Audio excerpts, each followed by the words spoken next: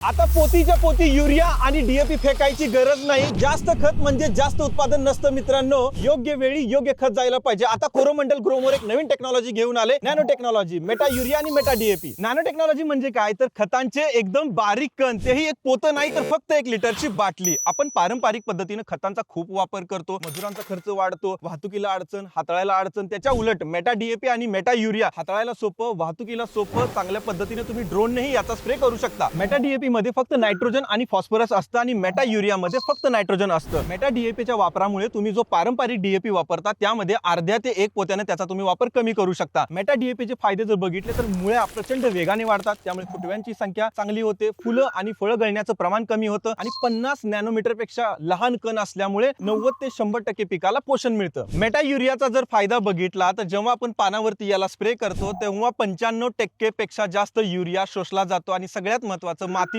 आरोग्य खराब होत नाही। अन्नधान्य, नगदी पिके, भाजीपाला, फळबागा सर्व ठिकाणी जवळपास तुम्ही याचा वापर करू शकता। तुम्हाला हे स्प्रे मधूनच वापरायचं आहे, लिक्विड मध्ये येतं। मेटा डीएपी तुम्हाला पेरणीनंतर 25 ते 30 दिवसांनी 500 ml प्रति एकर वापरायचं आहे। पेरणीनंतर 45 ते 50 दिवसांनी पुन्हा 500 ml प्रति एकर वापरायचं आहे। आणि मेटा युरिया पेरणीनंतर 30 ते 35 दिवसांनी प्रति एकर 500 मिली वापरायचं आहे आणि दुसरी फवारणी 55 ते 60 दिवसांनी प्रति एकर पुन्हा 500 मिली फवारायचं आहे। हा प्रोडक्ट तुम्हाला घ्यायचा असेल तर मित्रांनो जवळच्या आपलं ग्रोमोर स्टोअर मध्ये जाऊन तुम्ही घेऊ शकता।